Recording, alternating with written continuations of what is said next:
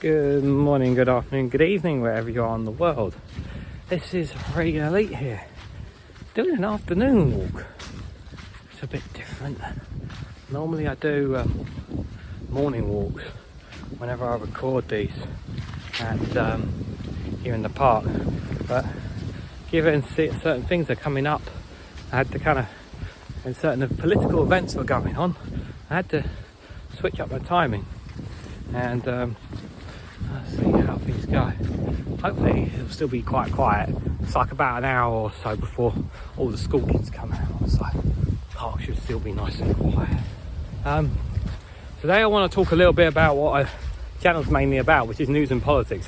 What got me into news and politics, really? Why did I get into it? Because the thing is, I had absolutely no interest in any of it when I was younger. Absolutely none whatsoever. Didn't care, didn't want to vote, had no care for it whatsoever. I think the only time maybe I had some interest was when I heard about, obviously, the terror attacks and 9/11, but even then I still wasn't interested in any sort of politics whatsoever. All I cared about was playing video games, and at the time I was a bit into football as well, obviously wrestling, which I've mentioned before, but I had no interest whatsoever in what's going on in the world. Really didn't. As a matter of fact, I'll go as far to say I was very selfish, probably. I was a very selfish person when I was much younger, and I've actually feel like I've done a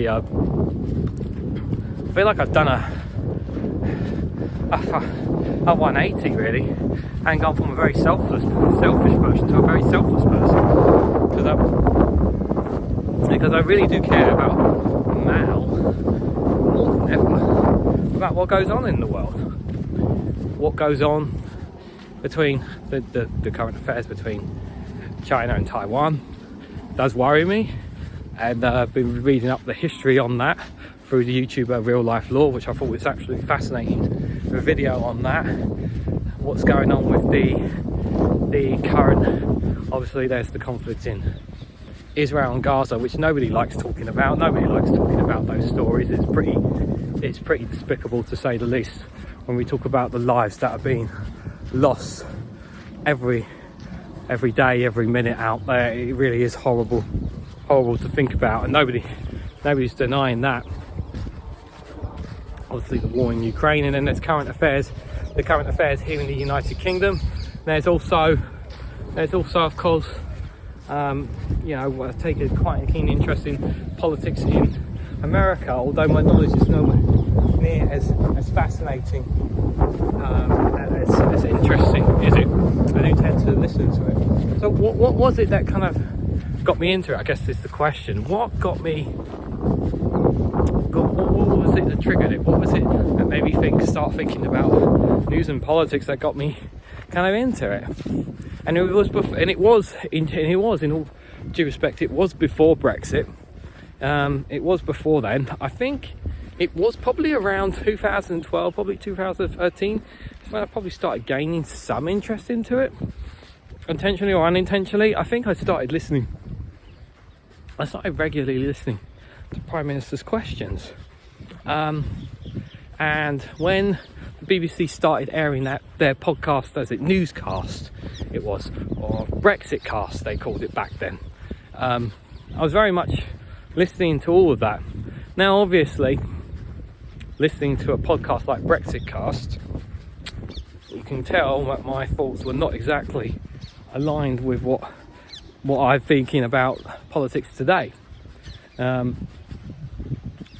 And I didn't really branch out. I didn't know any YouTubers. I want to be clear that there wasn't any YouTubers that I was following in political wise or anything like that until after the Brexit referendum. And for whatever reason, I honestly can't remember it. I used to pick up and read The Sun, and I think it was more for the sports and the football more more than anything. There was definitely nothing to do with page 3, but I know you guys are probably going to say that's definitely the reason. But I always picked up that paper and always read it, even though it was, and sometimes I would actually, as I was getting a keen interest a little bit into news and politics, I was reading pretty much all the stories. Oh, it's very muddy here, so I'm trying not to slip. I was listening to, reading all that. So obviously, if you're basing my knowledge at that time, you could assume that perhaps I was not going down the right path, shall we say, and my thoughts and my knowledge was not in the right frame.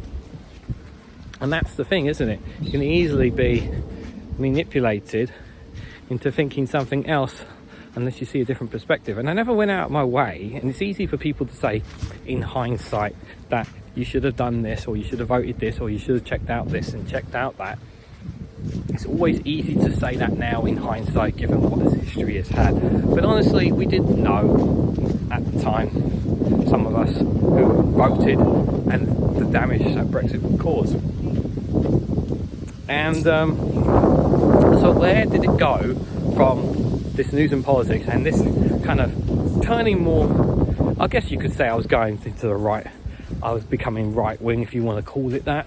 I certainly wasn't head deep into it. I still wasn't obsessed with news and politics like I am now.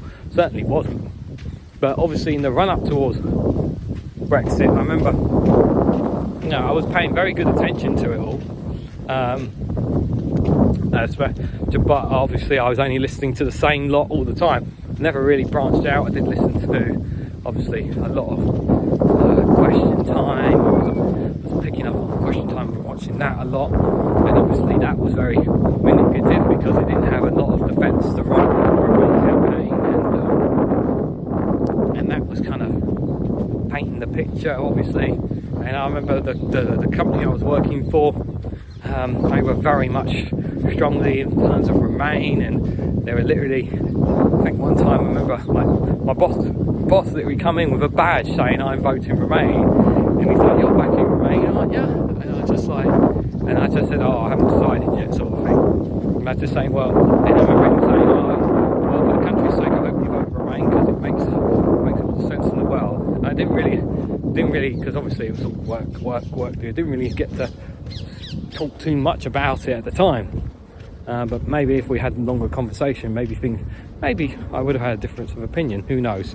But then the vote came around, and I didn't vote for Remain. I voted Leave. And so, Regan, why did you vote for Brexit? I suppose this is a question that some people will probably want to know. What in your God's green mind, considering what we've learnt about you since you started your channel, and the kind of wording and phrasing and things that you've said, what made you want to vote for Brexit? And it wasn't immigration, because it certainly wasn't immigration. And the reason why it certainly wasn't immigration and the rhetoric that was coming out, and I was concerned about the rhetoric of it wasn't, because my opinion at the time was, when it comes to immigration, was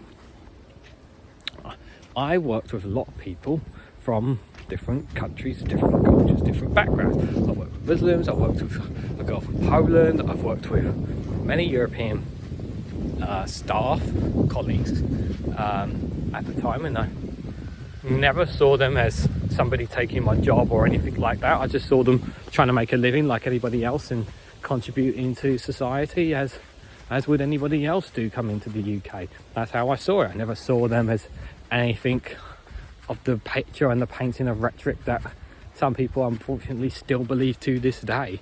I think it was something to do with the laws, EU laws, something about, and now don't ask me specific because I don't have a specific answer. So if you're going to press me on it saying, right, what EU laws, Regan, was it that you wanted changing? And my answer is, I don't know.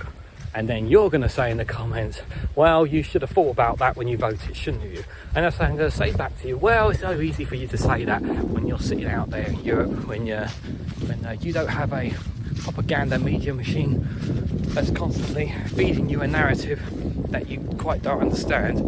And the other thing as well is that you might not have realised this, but we went through quite several years of conservative austerity as well. And I actually, crazy or not, I actually believed that at the time. Okay, maybe I actually believed, I was stupid enough to believe the conservative austerity at the time as well.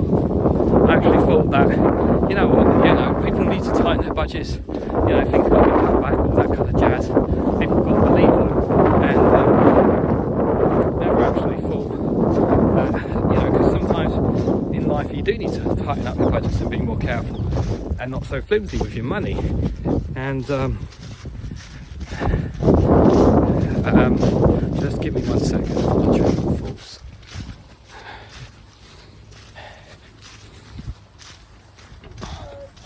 And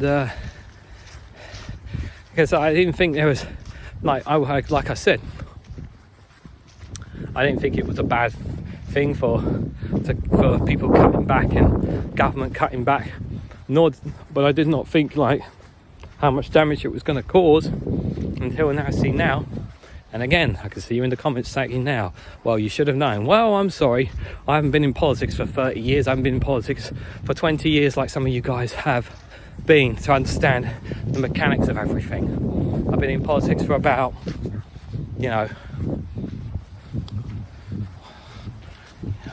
I did say 2013, didn't I? Well, probably around that time, but again, my knowledge is not as vast as others, and it's very important to stress that when people come to my channel. But like I said, this things are about learning together, and that's kind of what it is. So but yeah, there's just some of my thoughts on news and politics. I'll probably do a part 2 on this, kind of give you guys a better understanding. So thanks for watching. Hit the like button, share across social media, hit that bell notification icon, and stay tuned for part 2.